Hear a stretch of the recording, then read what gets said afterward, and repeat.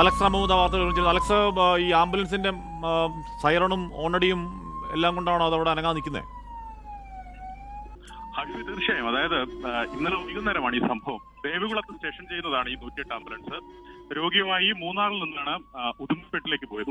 ഉദുമൽപേട്ടിലെ ആശുപത്രിയിൽ രോഗിയെ പ്രവേശിപ്പിച്ചതിന് ശേഷം തിരികെ വരികയായിരുന്നു 108 ആംബുലൻസ്. ചിന്നർ വനപ്രദേശത്ത് വെച്ച് ഇന്നലെ വൈകുന്നേരമാണ് ഈ 108 ആംബുലൻസിന് മുന്നിലേക്ക് കാട്ടാനെത്തുന്നത്. ഒരു ഘടാഘടിയൻ ഘടന, രണ്ട് വലിയ കൊമ്പുകളൊക്കെ ആയിട്ട് അവരങ്ങനെ പാഞ്ഞെടുക്കുന്നതാണ് നമ്മുടെ ദൃശ്യങ്ങളിലുള്ളത്. ഇത് പാഞ്ഞെടുത്തതിന് ശേഷമാണ് ഈ സൈറൺ മുഴക്കി അതുപോലെ ഹോൺ അടിച്ച് ഈ കാട്ടാനെ ഓടിപ്പിടിക്കുന്നുള്ള ശ്രമമാണ് ഈ ആംബുലൻസ് ഡ്രൈവർ നടത്തുന്നത്.